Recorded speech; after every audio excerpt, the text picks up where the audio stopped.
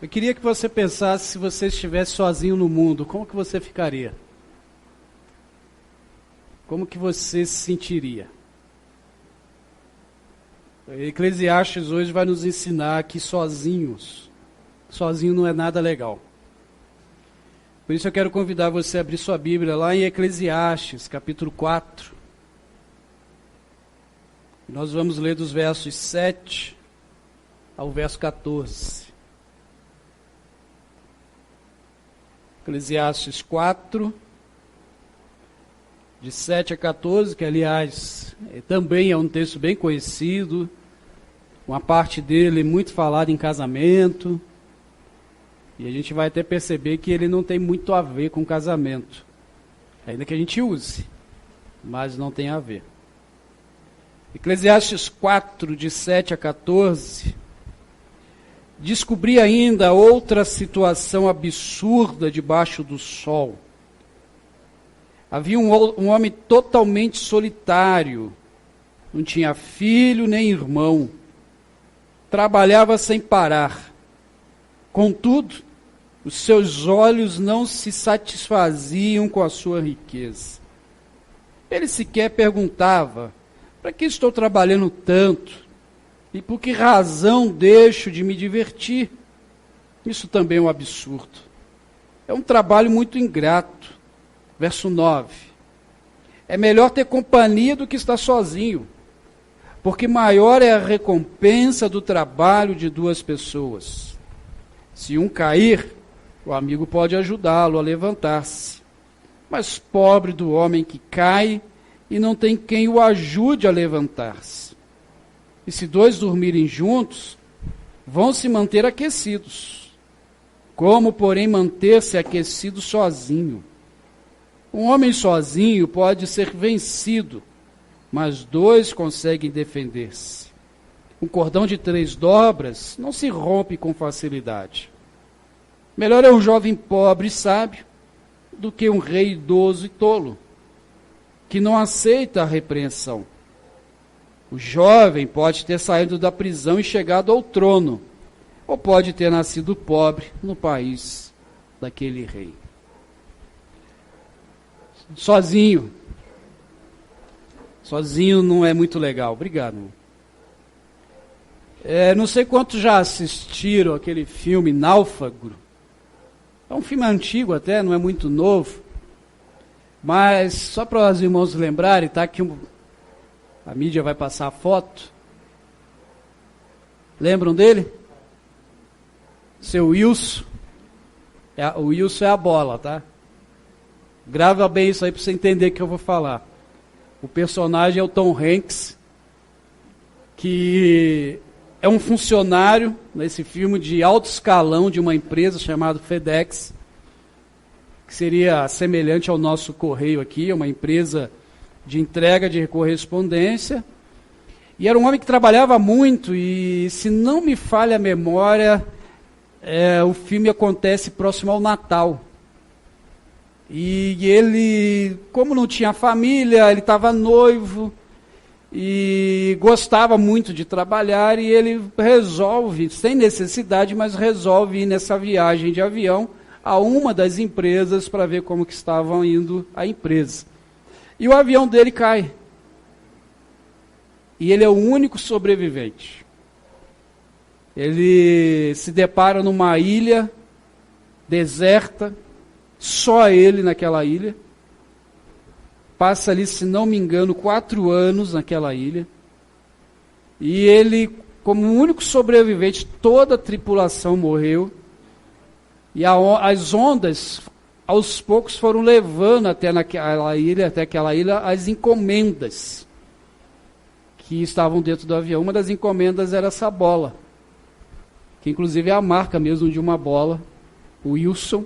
Não sei se é por causa do filme ou se o filme fez por causa da marca da bola, mas escreve igualzinho ao nome da bola, o Wilson. E o Wilson, ainda que um personagem fictício, fantasioso, da mente do Crook, que é o ator, faz o personagem chamado Crook, essa bola ganha vida durante o filme.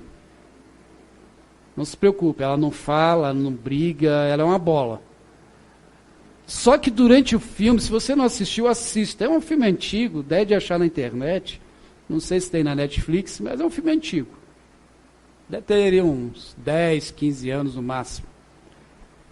Ele briga com essa bola, ele conversa com essa bola, ele discute com essa bola, ele conversa sobre o que vão comer num cardápio farto entre peixe e água de coco. Como que vai ser o dia? E eles discutem. Ele bota até cabelo nessa bola. Já quase encerrando o filme. Mas o que eu percebo nesse filme, por isso eu trouxe ele de exemplo, é que se não fosse o senhor Wilson, o Crook teria morrido naquela ilha. Mas peraí, pastor, é uma bola. Mas aquela bola que virou para ele um amiguinho imaginário, foi quem lhe fez expressar a sua vivência, foi com quem ele pôde conversar, esbravejar, porque ele estava sozinho, não tinha com quem se reportar. A família, a noiva, a empresa achou que ele tinha morrido.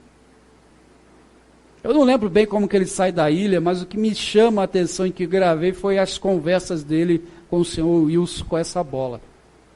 Irmãos, nós não fomos feitos para ficar sozinho. E é isso que o autor de Eclesiastes está dizendo. E às vezes, nessa nossa fantasia, precisamos ter uma bola para conversar. Às vezes a gente precisa praticar algo que é chamado solilóquio, que é conversar sozinho. E não é coisa de doido, tá? Estudando a psicologia tem um efeito muito grande e positivo. Não é coisa de doido. O autor de Eclesiastes vai dizendo para a gente que a amizade, a comunhão, compartilhar é fundamental para a nossa vida, para a nossa existência e para dar sentido para a nossa vida. Nós não fomos feitos para estar sozinhos. Nós não fomos feitos para ficar isolados. Prova disso foi no auge da pandemia, nos lockdowns que a gente não podia sair. Muito mal ir no mercado e voltar rapidinho, ou na farmácia, não podia ter aglomeração. Já contei isso para os irmãos, que eu lembro de uma cena que só estava eu e o Gabriel aqui. Ainda estávamos com aqueles bancos pesados. E os cultos não eram transmitidos, eram gravados. Lembram disso? Aqueles cultos feios que a gente mandava lá para você assistir. Já em cima da hora, porque dava pane no computador. E eu lembro de uma cena do Gabriel aqui no meio com o celular para gravar. E eu travei. Eu não consegui pregar. Quando eu olhei aqueles bancos vazios, isso era uma sexta-feira, porque a gente tinha que gravar antes para editar o culto, para mandar para você. E eu falei, Senhor, não dá, sozinho não vai. A gente precisa de gente. E o autor de Eclesiastes vai dar alguns conselhos para a gente. Eclesiastes torna a dizer, ele não está mal-humorado, mas Salomão escreveu Eclesiastes para nos dar conselhos. E o primeiro conselho que ele nos dá aqui é que a gente precisa tomar cuidado com o que a gente está colocando muito a atenção. Porque por vezes a gente coloca muito a atenção em algumas coisas e a gente vai perdendo o relacionamento. Imagina, meu irmão. Cuidado com o que a gente coloca a atenção. Olha o que diz aí o verso 7 e 8. Se você deixou aberto, não abre lá de novo. Descobri ainda outra situação absurda debaixo do sol.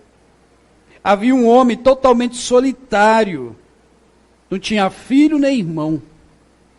Trabalhava sem parar. Contudo, seus olhos não se satisfaziam com a sua riqueza. Ele sequer perguntava, para que eu estou trabalhando tanto? Por que razão deixo de me divertir? Isso também é um absurdo. É muito trabalho. É um trabalho muito ingrato. Salomão, não sei se ele conhecia essa pessoa, se ele está falando de si mesmo, mas ele fala de situações atuais.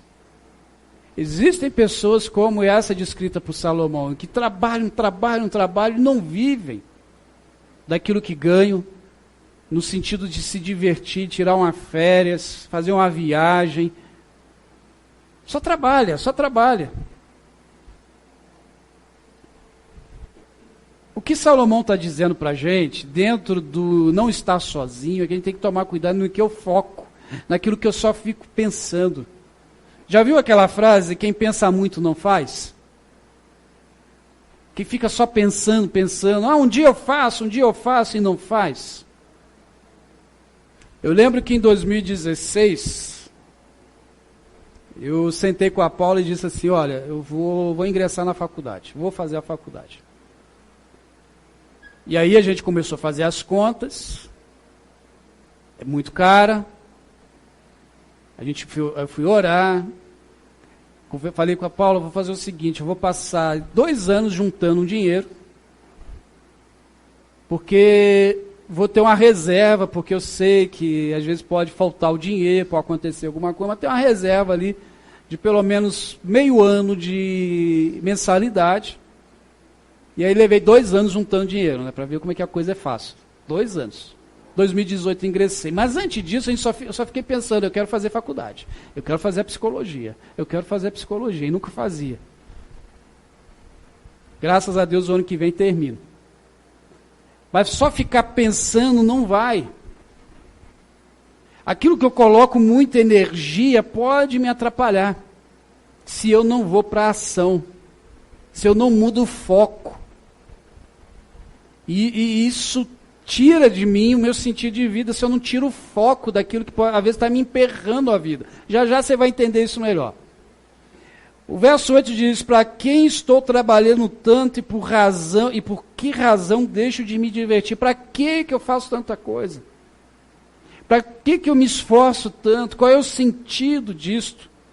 Salomão fala de alguém que queria tanto ficar rico, ter tanta posse, que esqueceu do essencial, que é viver.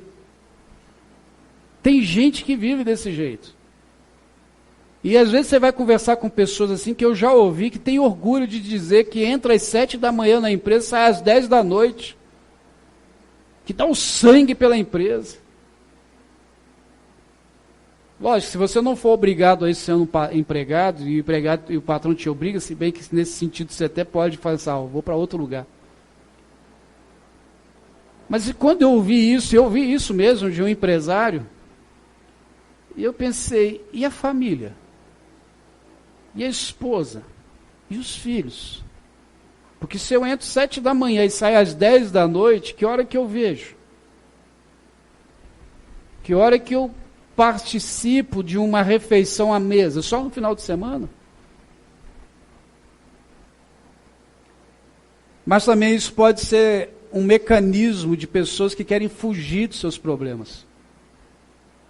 Pessoas que às vezes se enterram no trabalho porque querem fugir dos seus problemas. Eu me lembro de um irmão, não é daqui da igreja, então não se preocupe. Enfim, precisa ficar olhando para o lado. Que um dia sentou comigo, em Andirá a gente tinha um gabinete, em Teresópolis tinha um gabinete, aqui vai ter um gabinete, tá? Vai ter em breve, você sentar lá, a gente ter um momento de conversa, de oração. E eu estava nesse gabinete, esse irmão sentou comigo e disse assim, pastor, sabia por que eu não volto andando de bicicleta, eu volto empurrando? De repente ele entrou nessa história e começou a falar isso comigo. Por que, irmão? Eu não tenho a mínima vontade de chegar em casa.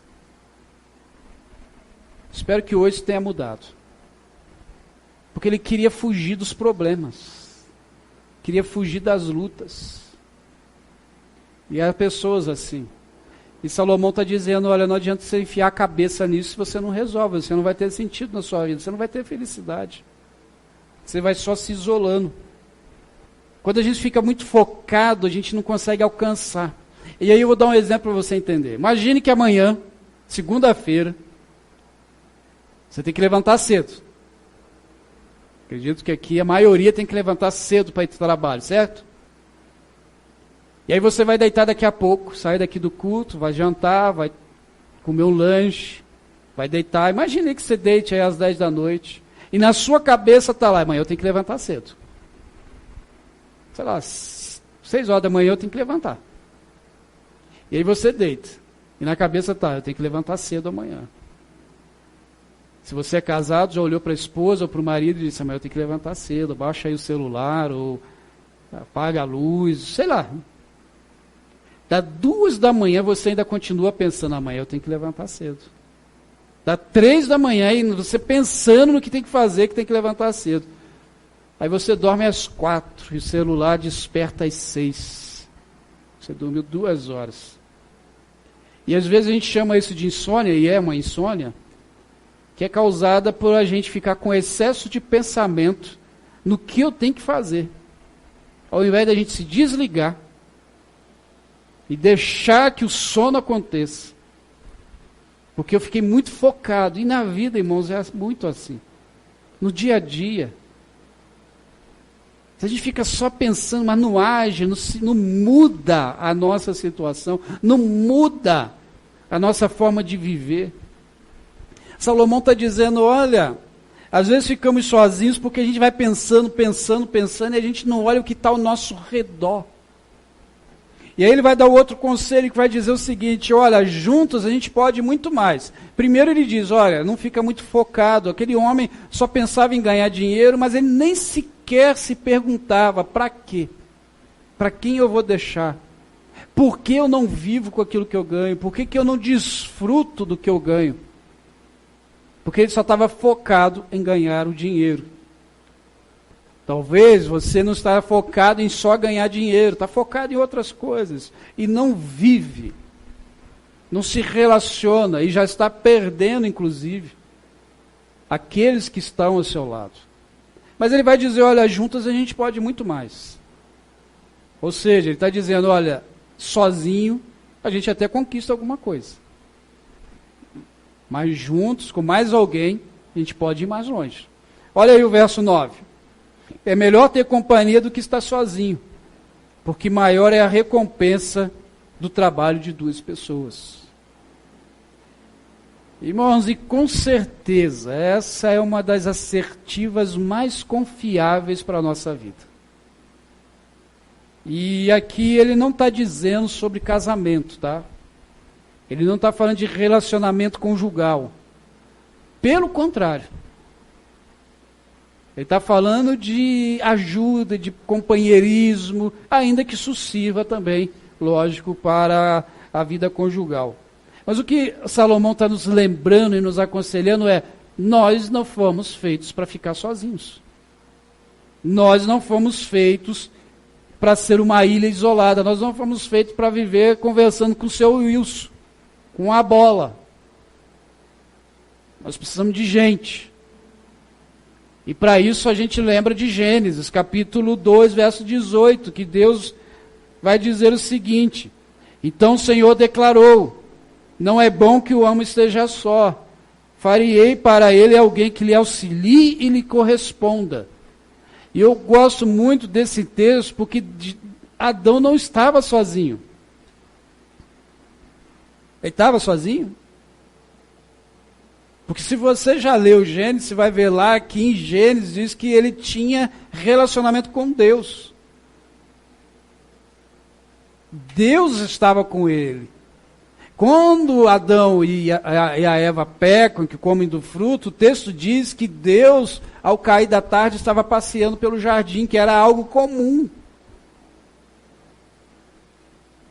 Deus conversava com Adão. Lembra que Deus falou para Adão? Deus chamou Adão, Adão, dá nome aí para os bichos, dá nome para os peixinhos, dá nome.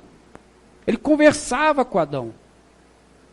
O relacionamento de Deus com Adão era tão grande que no dia em que Deus descansou foi o dia que ele fez Adão. Ou seja, Deus já faz Adão no dia do descanso dele mesmo, dele Deus, descanso dessa criação, para que Adão aproveitasse o relacionamento com Deus. Mas Deus vai dizer, não é bom que Adão esteja só. Aonde que Adão estava só? no convívio com alguém como igual a ele, porque Deus estava acima. Deus, ainda que tinha um relacionamento com Adão, não estava como igual a Adão, porque ele era o Criador. E Adão se sentia só. E aí ele cria alguém, Eva, aonde eles agora vão ser iguais. Vão compartilhar algo. Não é bom que estejamos só.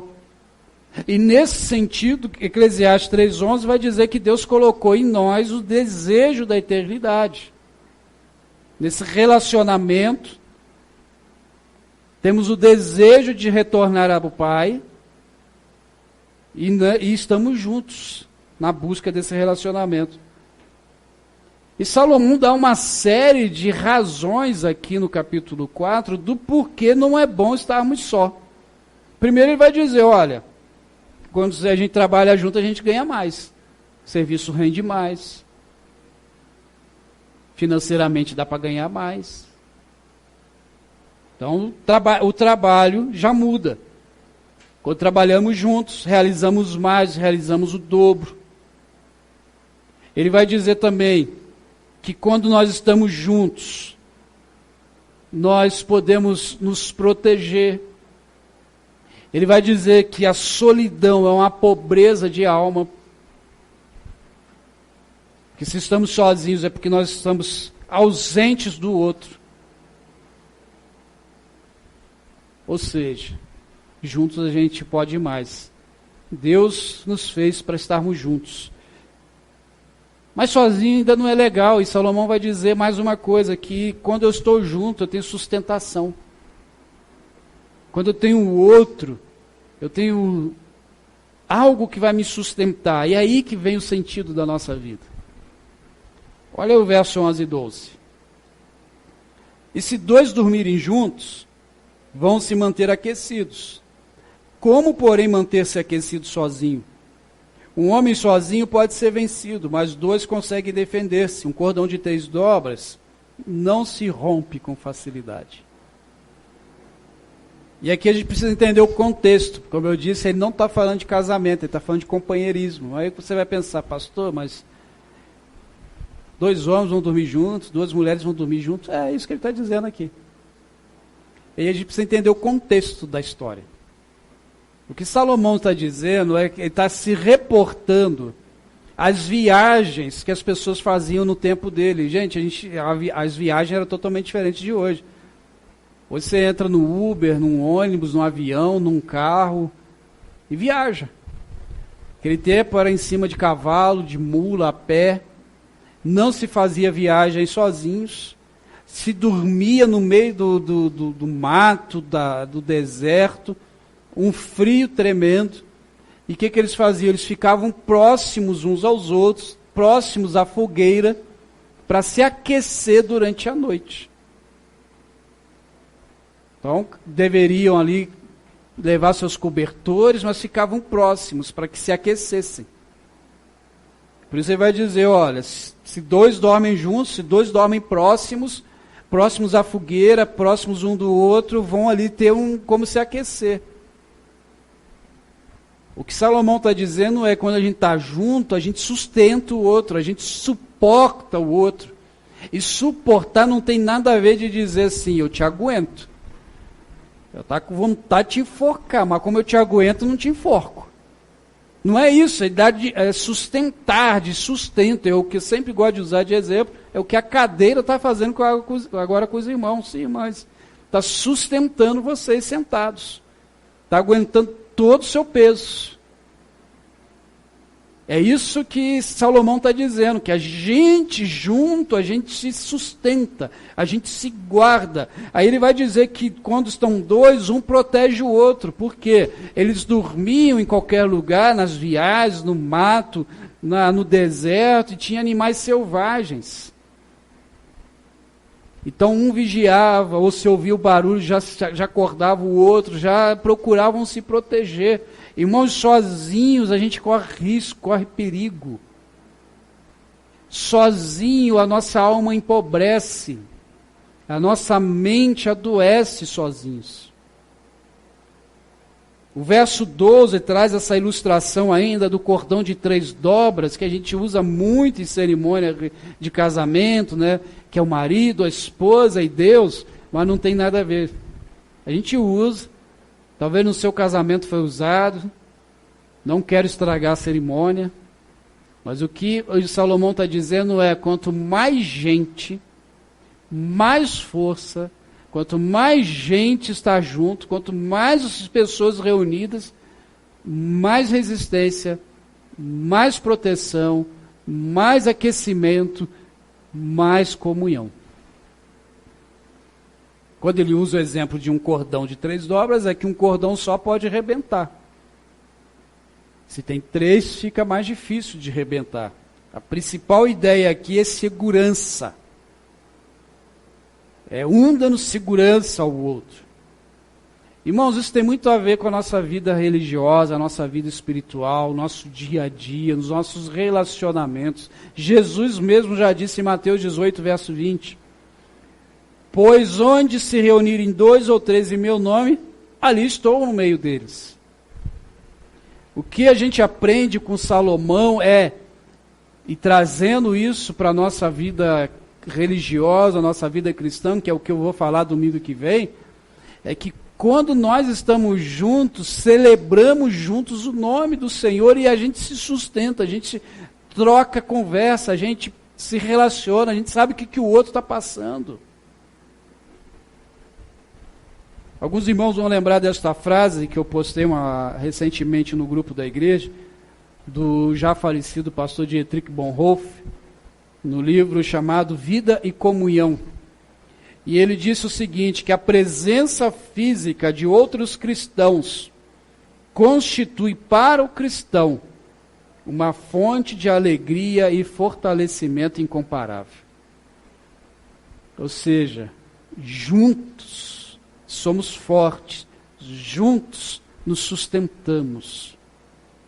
Irmãos, a presença física dos outros irmãos, a sua presença física para mim, eu ver você, para mim, é um motivo de muita bênção, de muita alegria e de fortalecimento.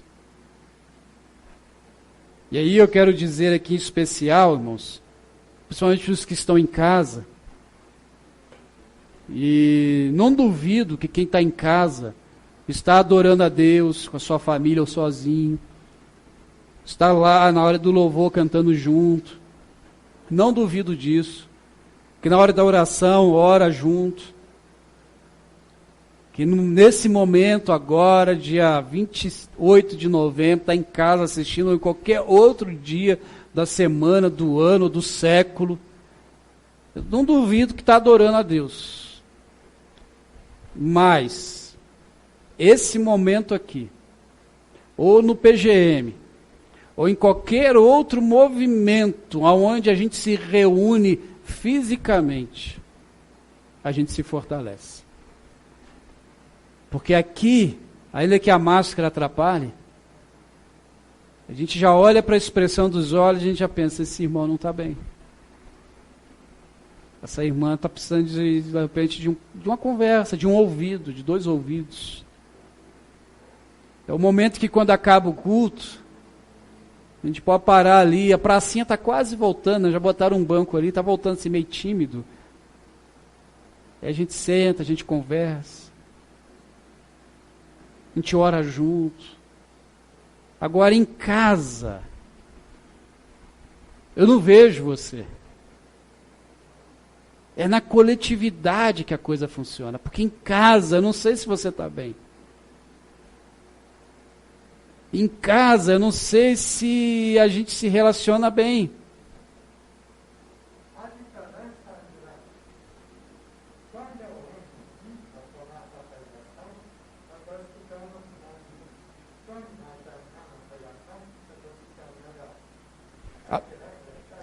Amém, meu irmão. Mas é na coletividade que Deus faz as coisas acontecer. Porque, irmão, se fosse para a gente viver sozinho, para que criar Eva? Deixava do jeito que estava. Inclusive, esse é menos problema, né? Não é por causa de Eva, não, ia ser um só mesmo. Só que a gente é um ser tão complicado que até sozinho a gente arruma problema com nós mesmos. E sozinho, irmão, não dá. Sozinho eu não consigo ter ajuda. Sozinho eu não consigo conversar. Sozinho eu não consigo buscar sustento. Pouco antes de começar o culto, estava conversando lá atrás com uma irmã e estava ali expressando algumas dores, e ela também, não dor física, mas dor espiritual. Gálatas 6, 1 e 2 diz o seguinte, sobre a coletividade. Irmãos, se alguém for surpreendido em algum pecado, vocês que são espirituais devem restaurá-lo com mansidão. Cuide-se, porém, cada um para que também não seja tentado. Levem os fardos pesados uns dos outros e assim cumpram a lei de Cristo. Se não for na coletividade, como que eu sei que o irmão está caindo em pecado? Como que eu sei que eu posso sustentar o irmão? Como que eu sei que eu posso dar um conselho?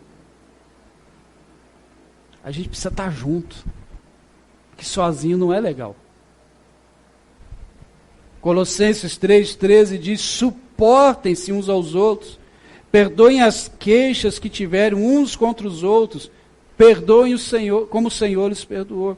Como que eu suporto se eu estou sozinho? Ainda que não é, aqui o prédio não é o mais importante, a reunião aqui não é o mais importante.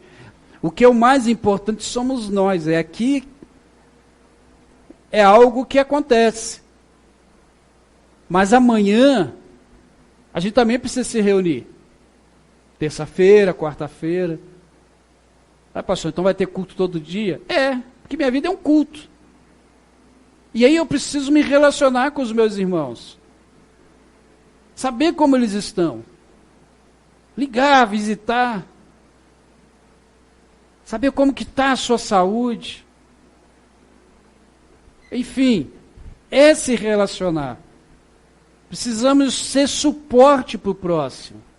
Irmãos, essa é a maior diferença da igreja na sociedade. Onde um é suporte para o outro. Vivemos, infelizmente, numa sociedade extremamente individualista. É cada um por si, Deus por todos, e o diabo leva o último. É essa a nossa sociedade. A gente não se preocupa com o outro. Qual é a diferença da igreja? É saber que ainda que somos indivíduos, mas estamos juntos como filhos do mesmo Pai. E a nossa preocupação pelo outro precisa ser extremamente grande. Por isso não dá para ficar sozinho. E a gente precisa começar a vivenciar esse sentido da vida da coletividade, da unidade, do envolver-se, nessa comunhão com o Senhor, mas também com o próximo.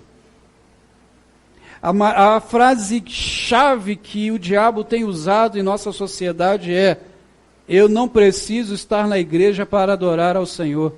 E ele pegou uma meia-verdade e transformou numa regra em que está matando a nossa sociedade. Por que meia-verdade? Porque realmente eu não preciso estar na igreja para adorar o Senhor.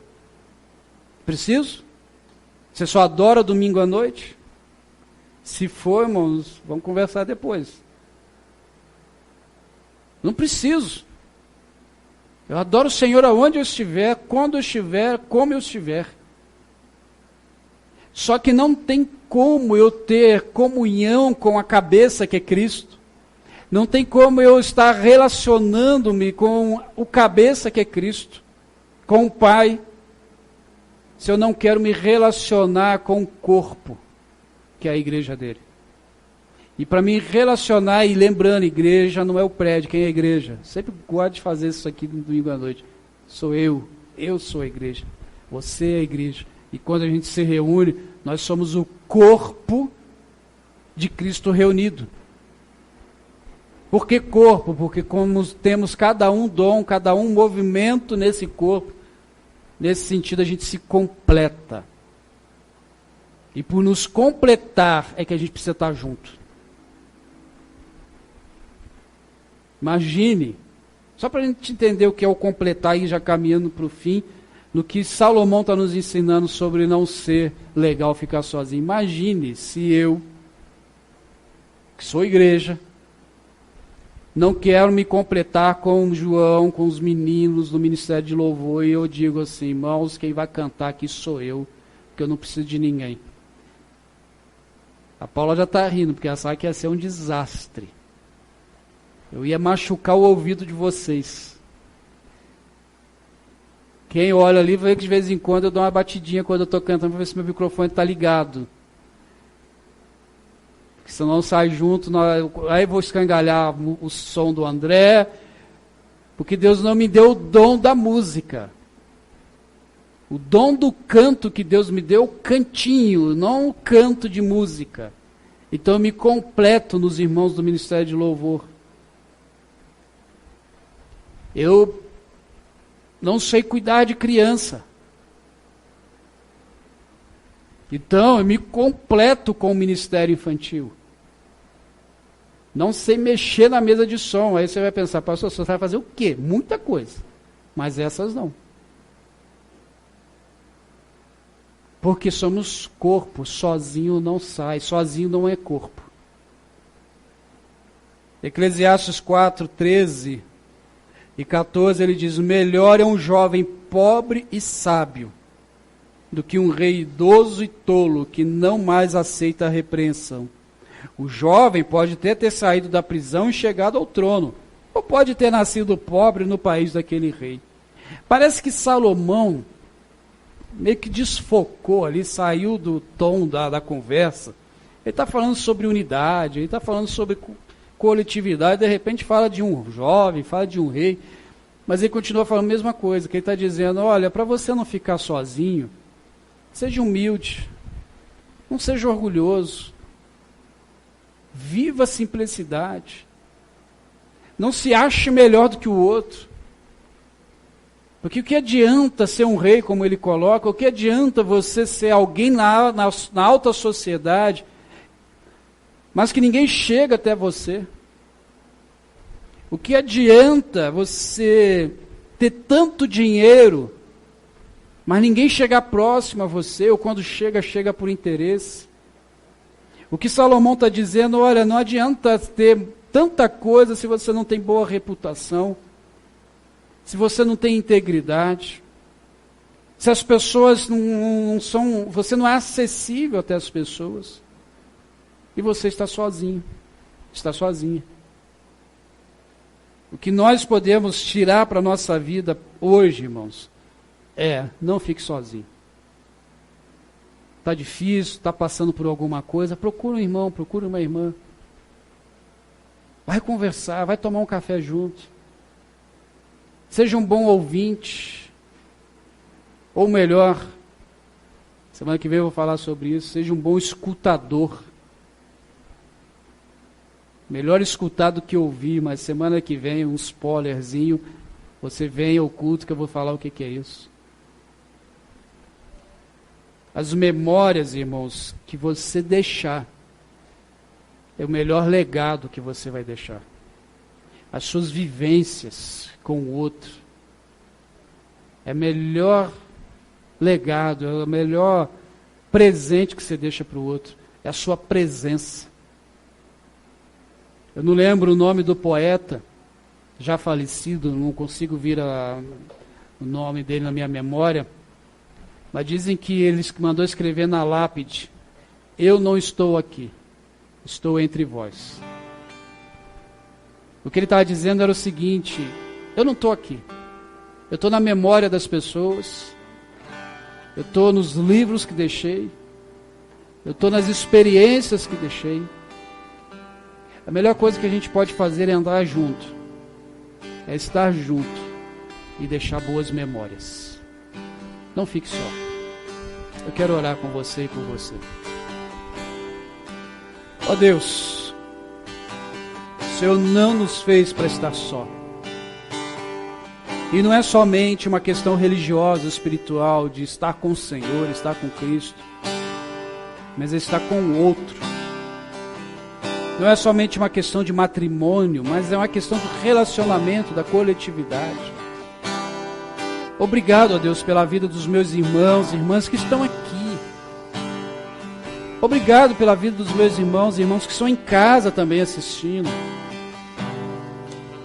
Mas, Senhor, que não percamos jamais de vista a comunhão do estar junto, a comunhão do relacionar-se, do olho no olho, do abraço, do aperto de mão, do toque.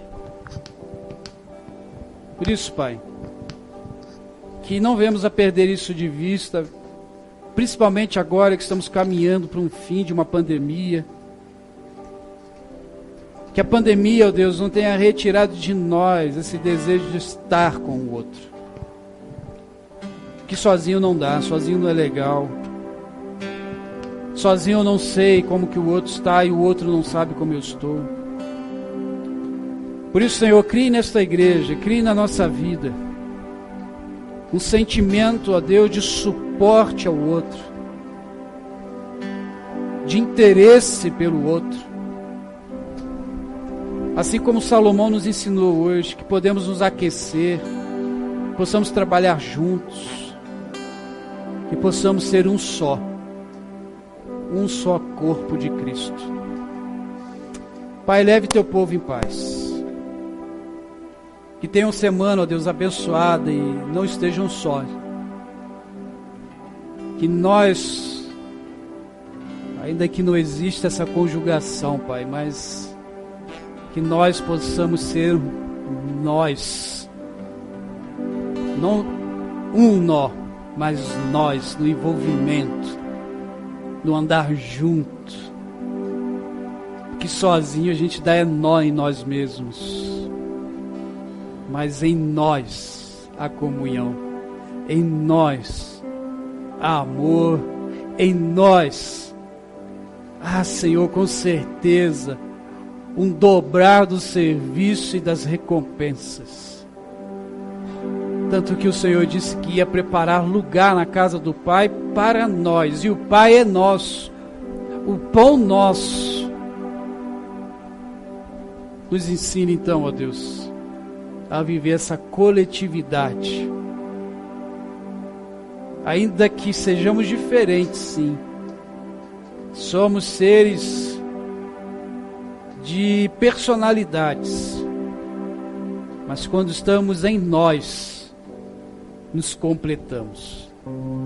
Abençoe a vida da tua igreja, que possamos ter essa semana cheia das tuas bênçãos.